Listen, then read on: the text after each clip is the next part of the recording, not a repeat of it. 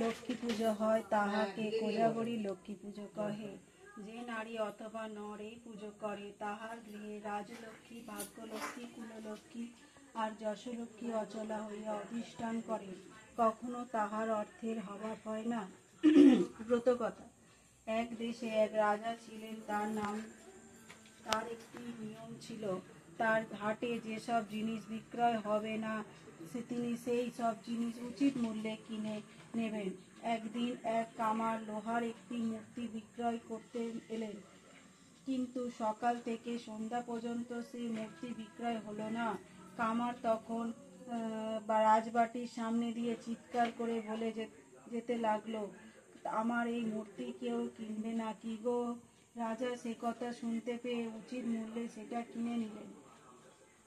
সেদিন রাত্রে হঠাৎ রাজার কান্নার শব্দ শুনে শয্যা থেকে উঠে বাহিরে এসে দেখলেন যে ঠাকুর গৃহের মধ্যে থেকে সে কান্না আসছে। তখন রাজা ভিতরে প্রবেশ করে দেখেন যে এক পরমা সুন্দরী কন্যা গালে হাত দিয়া কাঁদছে। রাজা জিজ্ঞাসা করলেন, তুমি কে মা? এই গভীর নিশায় ঠাকুর ঘরে বসে কাঁদছ? কন্যা বলছে, আমি রাজলক্ষ্মী, অনেকদিন তোমার আলয়ে ছিলাম, এখন আর থাকতে পারবো না বলে যেতে হবে, সেই কারণে কাঁদছি। রাজা কাতরভাবে বললেন, আমি কি দোষে দোষী মা?